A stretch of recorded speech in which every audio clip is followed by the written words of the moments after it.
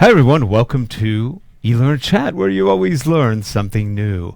I am Rick Zanotti, and I am joined today by my good friend, the Scot. She's coming to us from just outside London.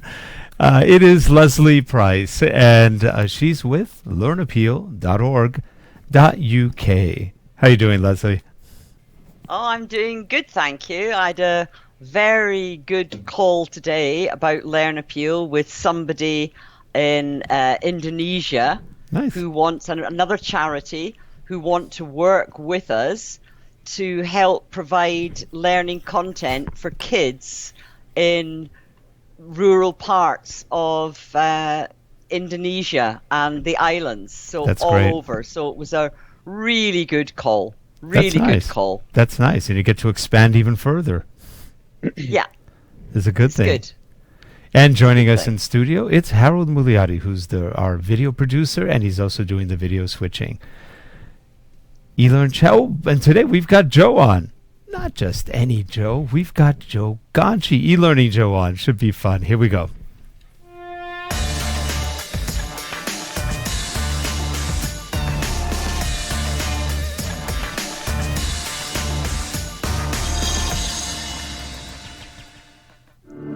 This show is sponsored by Relay Corporation. Digital learning development, media development, corporate video, management consulting, and more. Visit us at www.relate.com. Thanks. And because we have Joe on, who's also a consultant and a trainer, go visit his site too, because he does great work, and we all need work. It's a good thing. So definitely go visit Joe, and he does a really good amount of training as well. How you doing, Joe? Doing great. Buongiorno. Bonjour. Yeah, buongiorno. Guten Tag. And Yeah. good morning. Good Good to see you good again. evening, wherever I happen to be. So what have you been up to? There's always something new going on. I know your seminar series got a little bit hamstrung by the COVID stuff, but you were going to be doing a series with Margie Meacham on I guess neuroscience and learning. Well, have you done anything else with that right now, or is it kind of on hold until we can actually go out and see people? It's been on hold, and in fact, we'll have to see how it goes now because there's so much going on, and yet, as we were saying earlier before we started, work has been kind of strange this year, hasn't it? I mean, this COVID thing has been a real Been change tough. in how we do things. Mm-hmm. Now, I find it a little bit funny because on the one hand, I'm watching late night talk show hosts who say things like. I saw. I think it was maybe Stephen Colbert. I forget who, but anyway, he was asking his musician in London. He said, I never even heard of Zoom until a week ago. And the musician said, "Yeah, me either. I never heard of it." And I'm like, "Dudes, I've been using Zoom for 3 years now, Yep. and been using all sorts of web conferencing tools before that too." So the point is, the world is sort of catching up with what a lot of us have been doing for a long time anyway, and I think the world is changing in a big way. So. Yeah, and that also means, of course, workloads and where the work has certainly changed as well. So we're going to see. We're still hoping, but at the same time, going to conferences right now is not happening. The last conference I attended was in February. It was the training conference in Orlando, and it was great. But after that, no more. I know. I miss the at least for now. conferences. Yeah, I don't know. You go to almost all of them. I like the travel to the conferences. They're fun, and it's always a good opportunity to get out there, meet people. We've even done some live shows from conferences, and they're fun. We haven't been to one. I'm hoping DevLearn happens in, I think, October. I'm not sure yet. It's supposed to, but we don't know yet. And the thing is, that's only a couple of months away now. And I know. I was slated to teach a pre-con and also do a couple of sessions, and my pre-con got canceled because too many people are not signing up to go to these things, right? And so you have to have a certain amount of people in your class. I think it's the first time it's ever happened that one of mine got canceled. I don't know for sure, but I think so. At any rate, then it was a question of, Joe, will you come just to do your session? I'm like, no. I'd rather not, spend the money out of my own pocket because the pre-cons pay for your travel, and because it's not necessarily paying out of my own pocket. That's not a big deal. The fact is, though, if it does get canceled, I'm out. There's no there's no recourse at that point. So I just assume I told them no. Let's do the spring thing and hope for the best, because right now it's not happening. So well, I obviously know the guys. So like DevLearn and all the guild events are now run by the guys at Closer Still, by Mark Penton and Ian Smout, who run the Learning Technologies Conference Expo in London. Yes. So, they've now got, an arrangement with the guild. And I haven't heard anything yet to say that the autumn conferences are cancelled. I haven't heard. I love the guild so much, and I really hope that. So sorry, I didn't mean to interrupt. I was just saying that the guild, I love the guild. I've been with the guild since the very beginning, since the very first conference, and that's 17 years now, I think, something like that. Yeah. And boy, I really hope they pull it off. But I think everybody has some doubts right now. Yeah. Yep, our new abnormal. It's crazy times. It's crazy times that we're living in. Yep. And what I don't know if you've come across this in the States, Joe, but certainly in the UK, learning technologies is now being used an awful lot more in the schools, sector, in universities, what you call colleges, work-based learning. It's being used a lot more. And all the things that I was working on going back to like 2011, 2012, which everybody said, oh, don't worry, it's much better face-to-face, much, much better, are all now coming back. It's like, we've gone on this huge roundabout, and now people are actually using it with kids in schools, in work-based learning, in, what you call college, we call university. Is it the same in the States? Yes, absolutely. Well, I mean, what do they say? What is the term? Something. Invention is the. Necessity is the mother of invention. Yep. Necessity is the mother of all invention, right?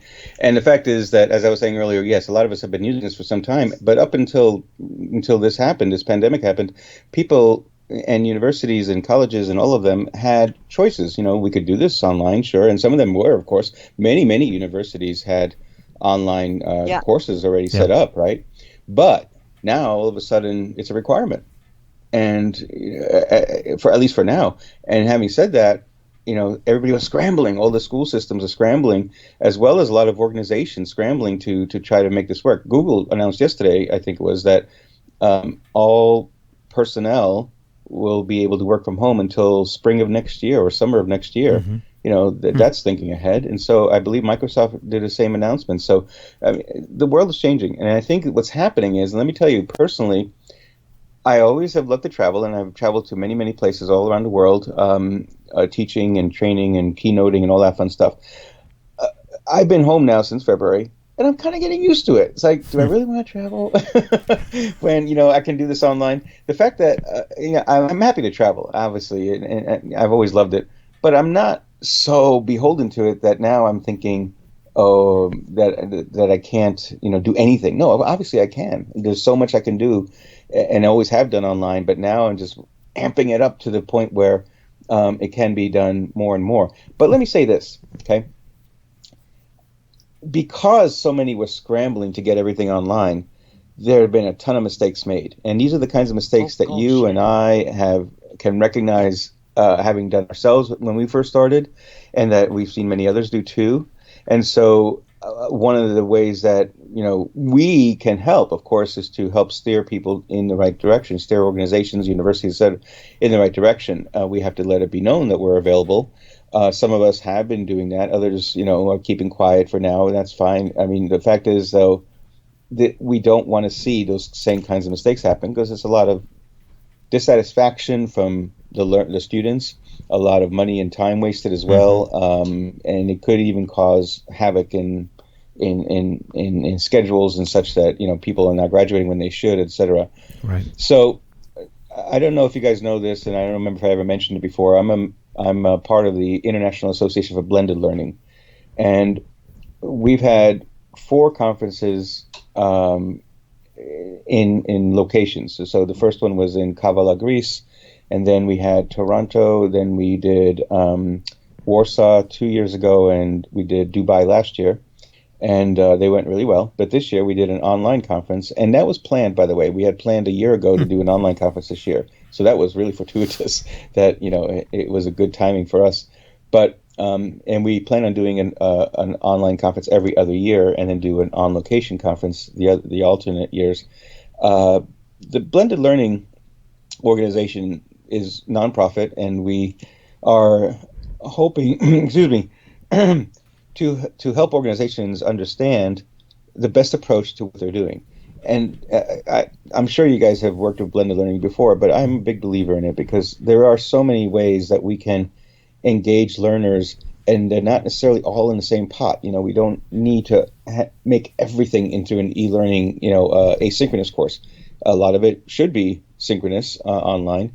There are videos, there are texts that should be read, and so on. And mixing the right approach, the right blend for every organization is really where it's at. But you know what? It takes a little time and effort to do that. And so unless you really understand how important it is, you're not going to take the time to do it. And so everything gets thrown into, let's do everything online classes synchronous. And if you're not there, too bad. You can watch the recording later, but you can't ask questions, that sort of thing.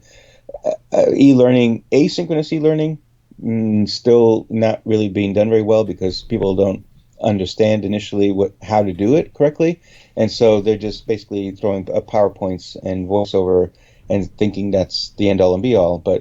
And it's also because we don't have really good examples online that people can look at, because most good e-learning is done by organizations that keep it internal for their own employees and their own processes and so on. So yeah, I think what I'm trying to do now is put together some really good examples that people can use as a guide to, hey, this is what really can work. Okay, I'll stop there, and I have more to say, but I'll stop there. I'm really interested in that because you probably know Clive Shepherd. He's somebody that I've been friends with for a long, long time, and one of the very first books that I got was a book that Clive Shepherd gave to me, which was the Blended Learning Cookbook. Very nice. I still look at it. Everything he says in it, the principles of what he says are still 100% valid nowadays, which is a long time after he wrote it.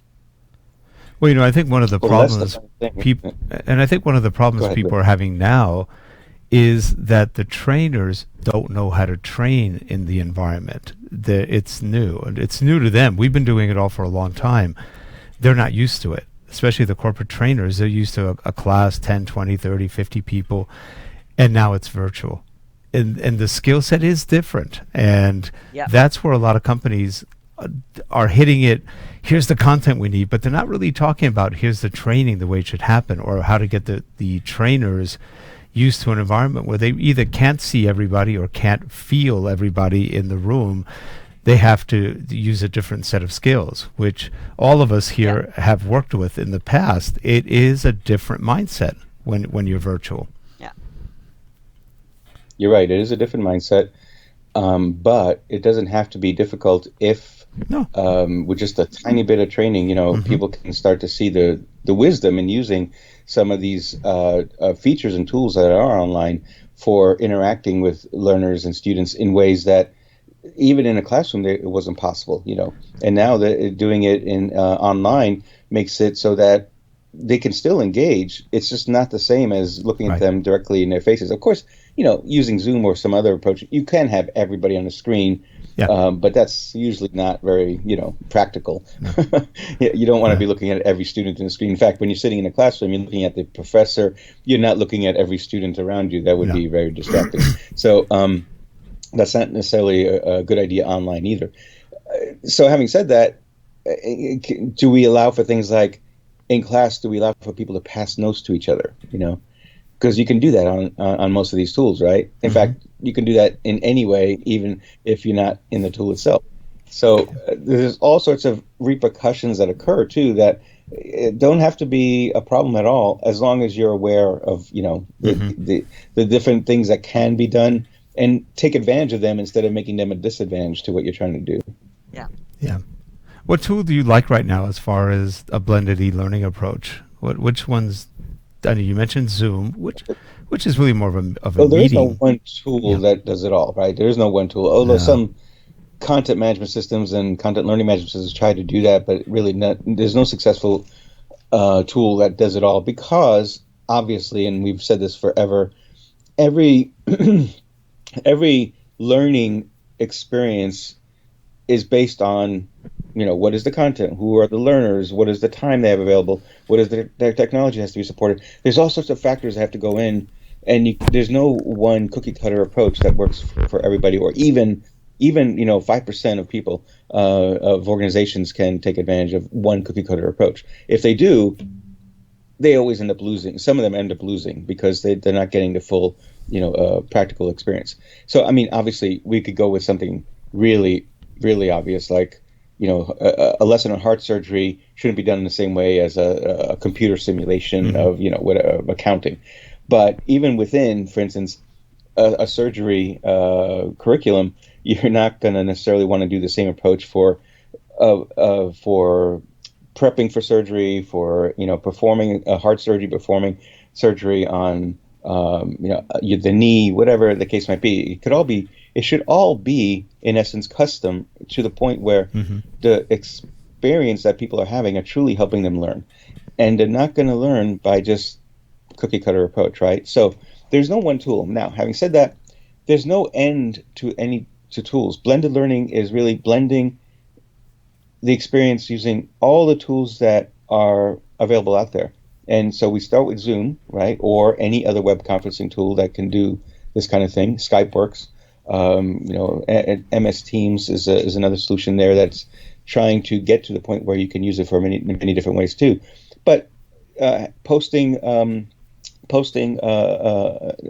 people to a video on Vimeo or YouTube, and having that be part of the curriculum, and then having them have a discussion online about what they just witnessed, having a reading assignment that they can look at, having SurveyMonkey polls and so on. I mean, wherever the technology exists, take advantage of it if it makes sense for your particular approach. So, having said that,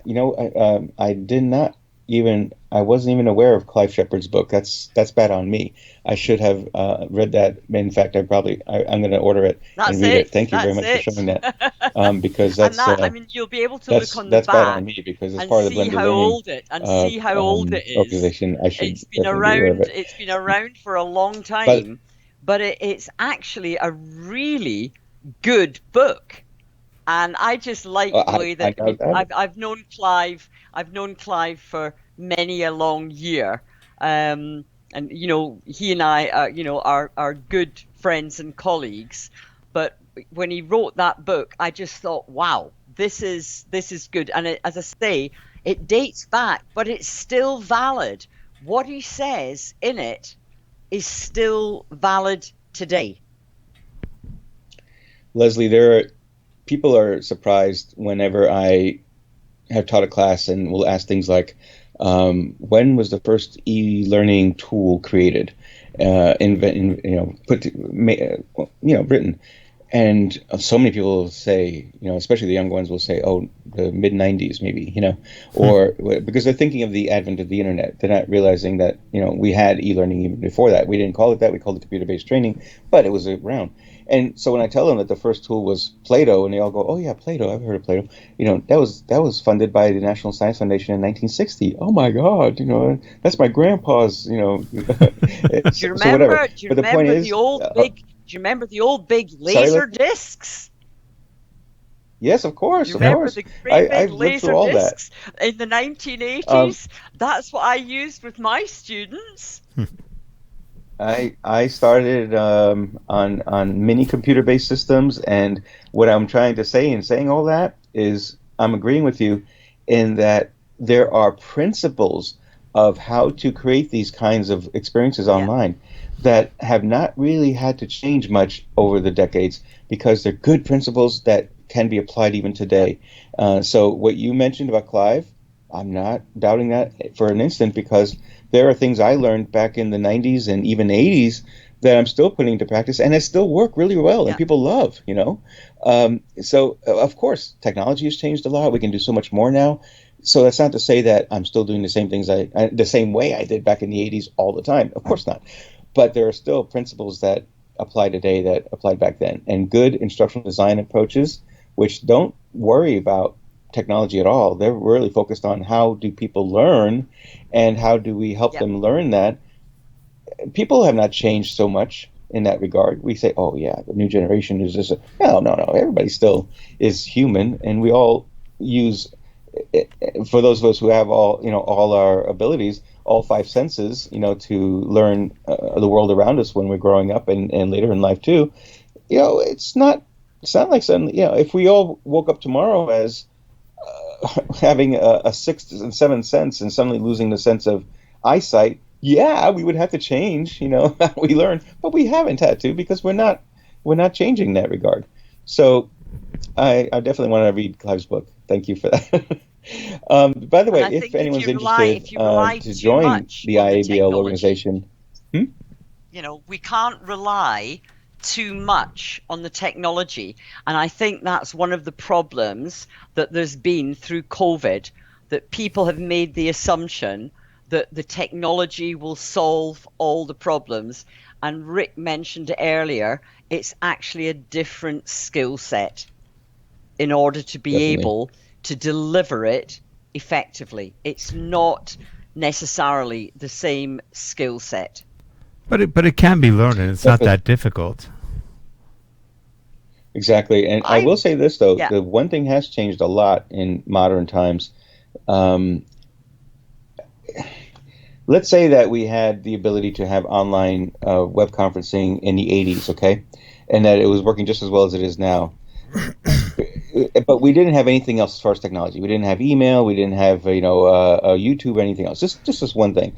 Well, people might have still been distracted by reading a magazine or a book or maybe listening to music on headphones or whatever.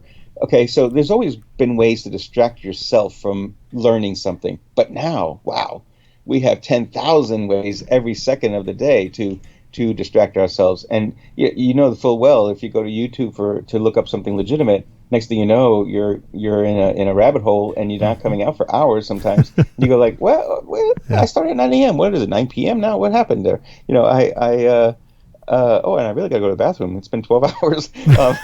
So the point is, the whole idea of distraction now is truly something that we have to help students avoid.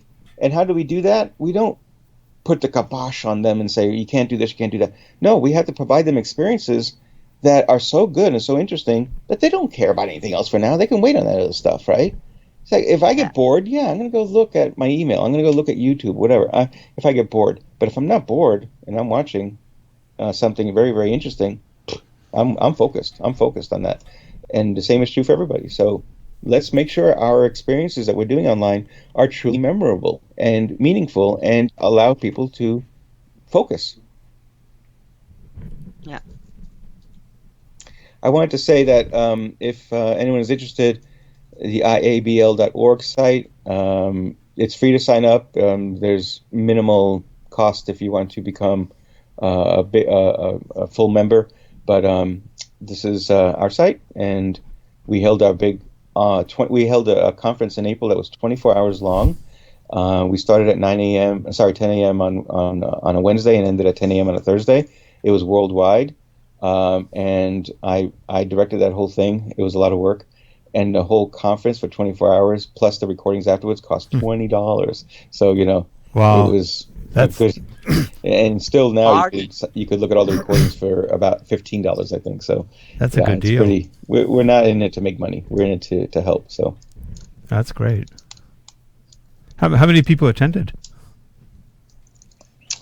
We didn't give a lot of notice on that one. Unfortunately, we because of COVID too, things were changing so rapidly sometimes that even though it was an online conference, people had been planning on going to different things, and so suddenly, things are changing.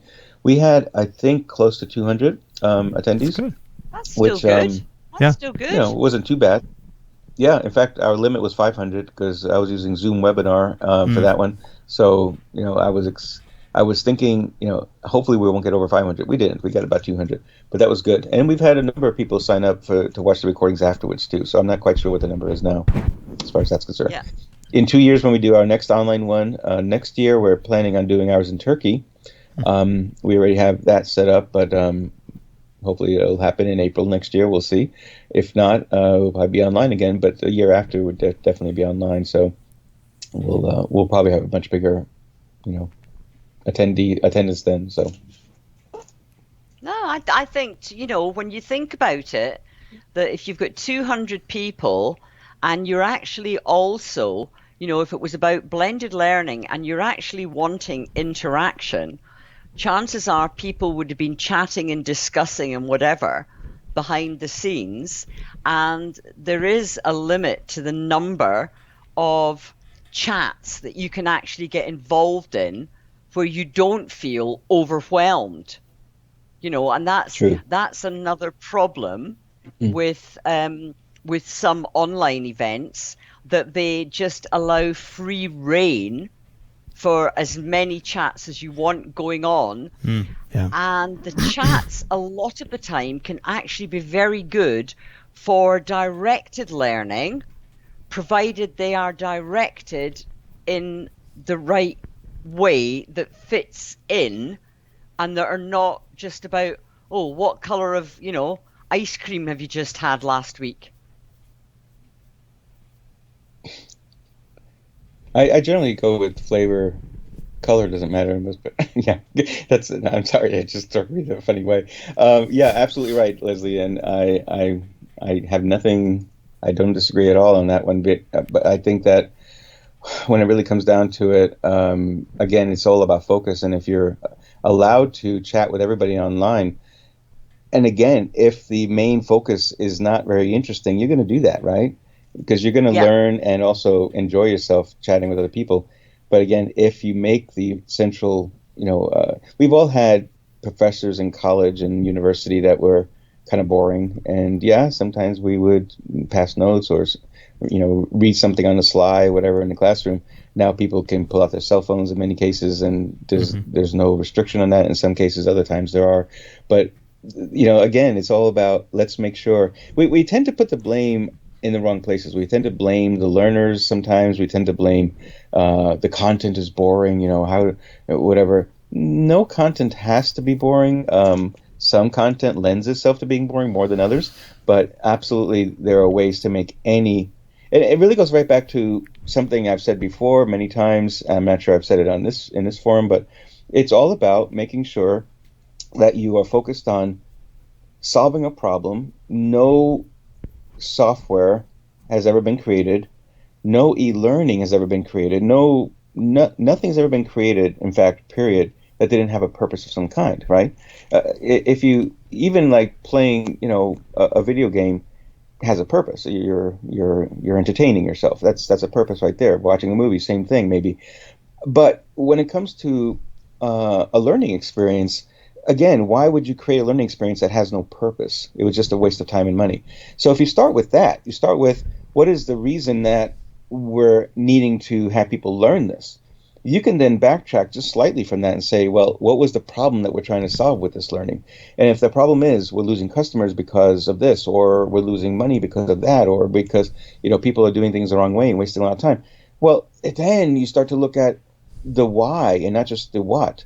And if you focus on the why, it's so easy then to start realizing, oh, well, here are some of the very common situations that we are experiencing, that people are choosing the wrong option, or they're not responding correctly to a customer on the phone, and because they don't know any better, whatever the case might be. And then from that, you have a story. And from that story, you can start creating scenarios. And from those scenarios, you can start to create challenges. And to me, the most effective way of learning is the same way that we've always learned growing up, is I need to try it, and then I'll learn from trying, right? It's not always about watching and hearing. Yes, you can learn. You learn a certain degree from watching and hearing and reading, but you're not learning exactly what you need to learn until you try it. And so, having said that, when I teach a class, and I say this in my Captivate class, for instance, and they'll say like, yeah, but I don't get it. What's the why? I can't even think of a why for my training. And then we start talking about it. Next thing you know, they're going, oh yeah, that's the why. And then, oh yeah, I could build this, I could build that. And all these people then say, I had no idea. This is really, really cool. I can now see why this would be so much more effective in helping people learn and increasing our bottom line and making sure we keep our customers, whatever the case might be. It's all about that. There's got to be, I'm teaching, just going to interrupt you there. There's got to be a WIFM, a what's in it for me.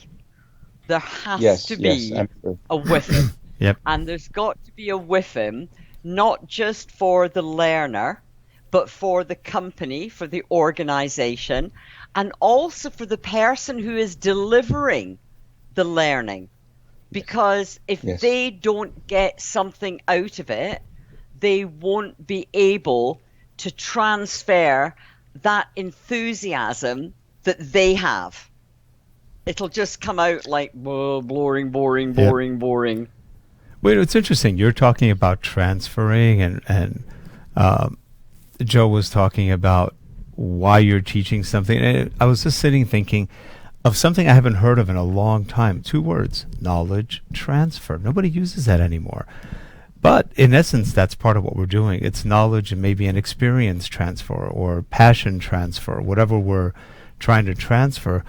But it just reminded me, as you guys were talking, we haven't heard that in ages. Knowledge transfer, right? I remember that was the big buzzword years ago. I think part of that is,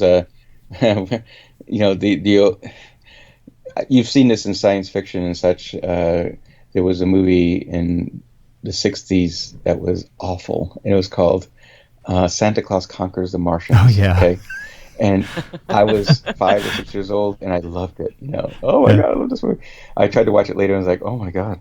But but the movie, one of the central tenets of the movie was that all Martian children who looked very human-like, except they had antennas, all Martian children were, in essence, adults by the age of 5 when it came to knowledge, because all they had to do was put this cap on, and then the knowledge was transferred, into their brains, right, by a computer of some kind.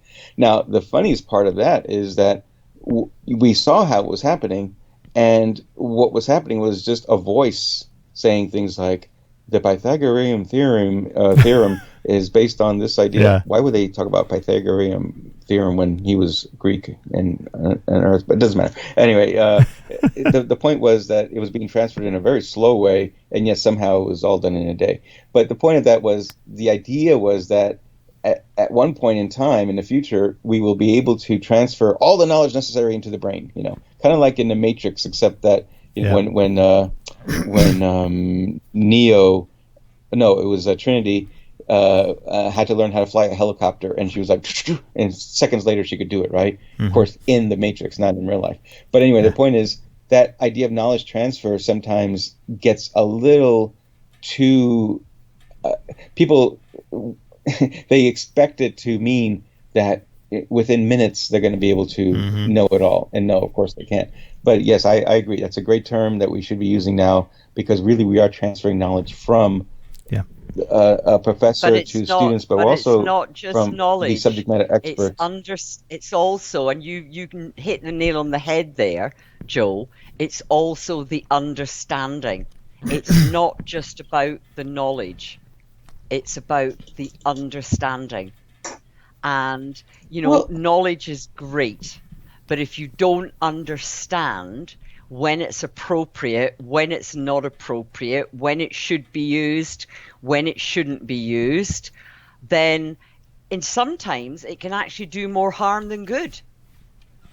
So you can give people knowledge, but do more harm if the understanding isn't appropriate. Exactly right. And where does that understanding come from? Well, you and I and all of us who've ever had to sit in a classroom with a professor, which all of us have had to do, any one of us who've ever had to take an online course, what do we gravitate to? What we remember later is the professor told us that story about, and then next thing you know, you're remembering that story that they told, which was very instructive and helped people understand, one, why are we learning this, but two, how do we do something correctly, right? How do we avoid making a mistake? That's what people remember, are stories. And that's why most books are stories, of course. And that's why even books that are, excuse me, let me turn this off. Even books that are reference types of books or business, acumen types of books tend to include a lot of stories, because people not only like stories, we've always liked stories from the time the caveman was drawing stories on their cave walls, excuse me, but they can be so instructive as well. And those all come out of course, real life type of scenarios. And again, if we're avoiding doing that, or we're not cognizant of how important that is, we're not giving learners and students the best experience that they can have to learn. So, yep, that's true. And with that, we are out of time. It goes fast. Oh my gosh, already! Whoa. It goes fast. We did almost 40 minutes. It's amazing. Joe, as always, good to see you. Good to have you on. I'm glad you're doing well. And if anybody wants to get a hold of Joe, his website will be listed below, and you can get a hold of him there, or LinkedIn. And also, we'll have a link to the Association for Blended Learning, so you guys can take a look at that too. I promise next time I'll have a haircut. You look fine. And we will see you all next week on eLearnChat. Have a good one, everyone. Take care. Thanks. Thanks. Bye. Take care, everyone. Bye.